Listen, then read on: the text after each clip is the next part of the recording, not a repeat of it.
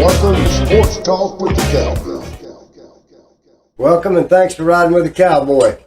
Well, we got one more preseason game to go. We beat the Jets 13-6 in the Meadowlands Saturday night, 13-6, and we got one game against the Baltimore Ravens this Saturday night, the last preseason game.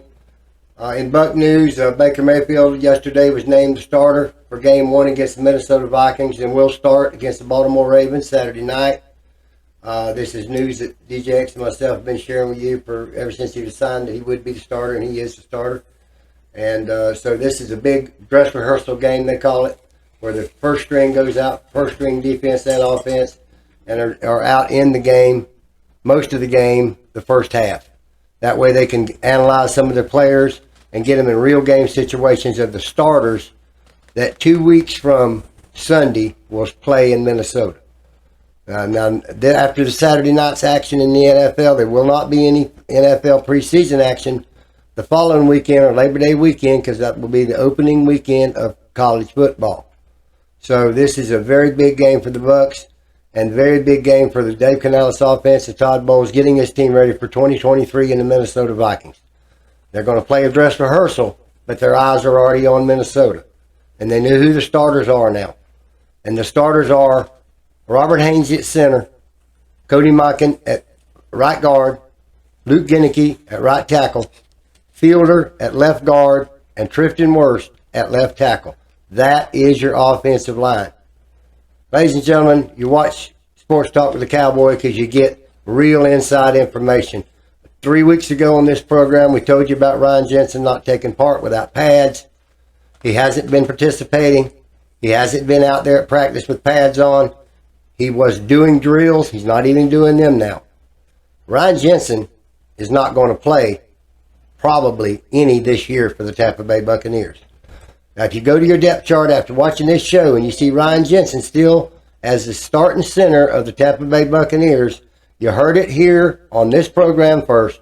Ryan Jensen, all-pro center, will not start at Minnesota and probably will be put on the injured reserve for the first 5 games, and I doubt, and I'm willing to bet, will not come back as a starter this year for the Tampa Bay Buccaneers. So, Robert, Ryan Jensen's a great player. Came back only last year in one game, the Cowboy playoff game, but this knee is not getting any better. It's getting enough for him to walk, but to play, he's not there. He's not even near there. So Robert Haynes is going to get the nod like he did last year. He started 17 games except for the playoff game as center. He's going to be our center this Saturday night with the Ravens and the following first regular season game against the Vikings and for the rest of the season. So this is breaking news. I want you to get it first here at Sports Talk with the Cowboy because we keep you up on what's really going on. As far as the offensive receivers are concerned, Russell Gage, we talked about him being injured. He's out for the year now. He's gone. So you're going to have Godwin and you're going to have Evans as your number 1 and your number 2. And you're going to have a number 3, which I believe will be Palmer from Nebraska. Will move into that 3rd spot. I think Tompkins will be another receiver. He'll be the 4th receiver. And Jarrett will be the 5th receiver. And I don't know whether they're going to keep 5 or 6, but those are your first 5 receivers. Your running backs are going to be Rachaad White 1, Spencer 2, Edmonds 3, Keyshawn Vaughn 4. There's your 4 running backs, okay? So we've got some of the things already ironed out. Kate Auden, Keith are 2 of your 4 tight ends. So a lot of your first string has been set in stone now. We can move forward and getting ready for the Baltimore Raven game. Our defense is going to be as we thought it would be. We're going to have Golston. We're going to have Logan Hall. We're going to have Vita Vea. We're going to have Shaquille Barrett. He's 100%. He's ready to play. We're going to see him Saturday night. And we're going to have Anthony Nelson, Joe Tryon-Sharinka, Yaya Dombe out there on each of the ends of the outside linebackers, which are the rushers, so to speak. We got Levante David, Cam Gill, and we're going to have Devin White at linebacker. And we're going to have our Winfield at safety. And we're going to have Carlton Davis and Jamel Dean at the corners.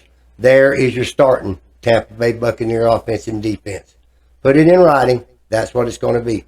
And that's why you watch Sports Talk with the Cowboy, because you get this information long before it gets out anywhere else.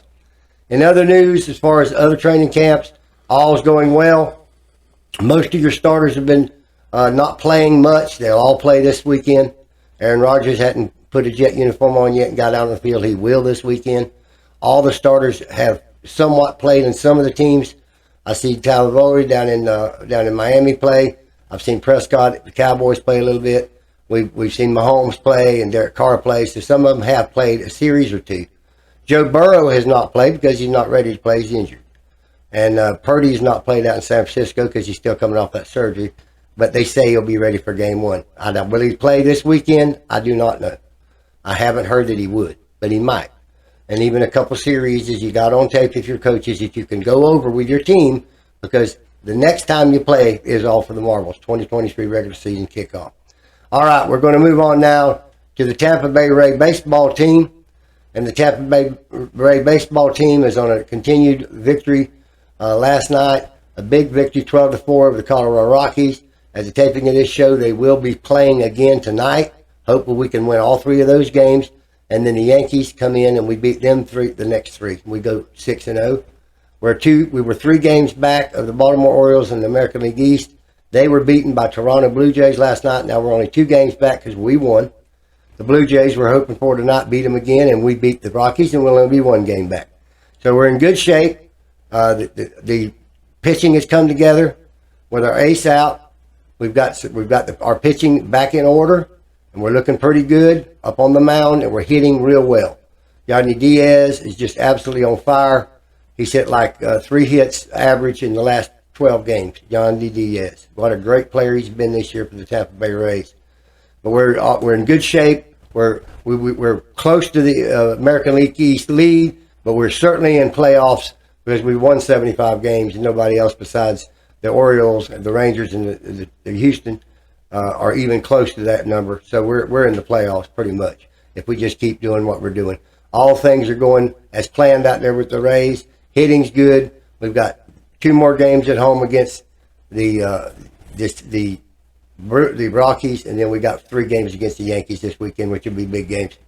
All right, well, we're going to move on away from the Rays because we'll keep you posted on what's going on out there.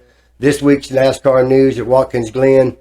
William Byron won the race for Hendricks, his 5th race that he's won this year, and number 24 car. They are already in the playoffs, but they had a good road race. Michael McDowell was up to 8th, 7th place. He won the first stage. A speeding penalty down pit lane, went to the back of the pack, got back up to 8th. But with about 7-8 laps to go, he lost fuel pressure. His car stopped out on the track, and of course, he did not finish. So this week is a big race. It's the Coke Zero up in Daytona on a restrictor plate track. The last race before the playoffs. Anybody that don't have the points to get in gets a win. They're in. They don't get a win. They're not in the playoffs the following week. So we're going to see a good race up there, restrictor plate race this weekend at Daytona. That's Saturday night. That race is Saturday night. Don't wait till Sunday to watch it or you'll miss it. Saturday night up at Daytona for the Coke Zero.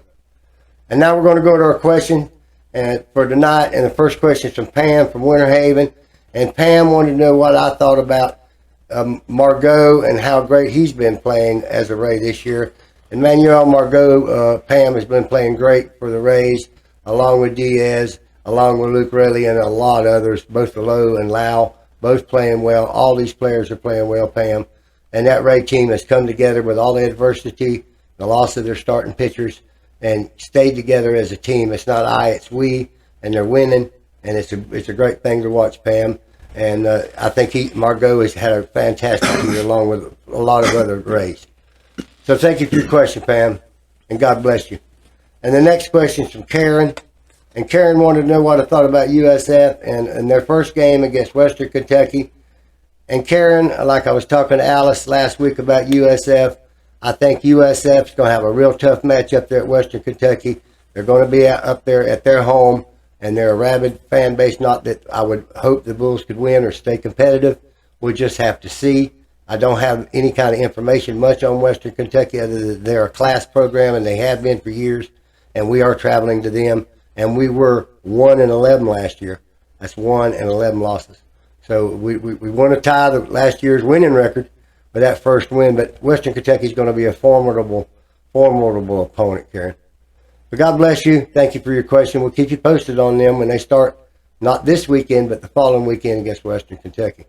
The last question is from Tim, and Tim wanted to know what I thought about the kicking with the Bucks. Tim, the Blankenship is one of the 3 kickers out there, and he has been cut. He's an ex-Georgia kicker. He missed a 38-yarder, 55-yarder at the Jet game, and he's no longer with us. We have 2 kickers left in camp, and that competition's still evolving. We'll see come the Baltimore Ravens. But I think McClellan, the one that kicked for the Colts last year, probably get the nod because he's got more experience. But we'll just have to see, Tim. There was 3, now there's only 2. And the final cut day will be the day after the last game this Saturday night preseason. So one of them will go home. But I'm going McClellan to be the kicker from the Colts.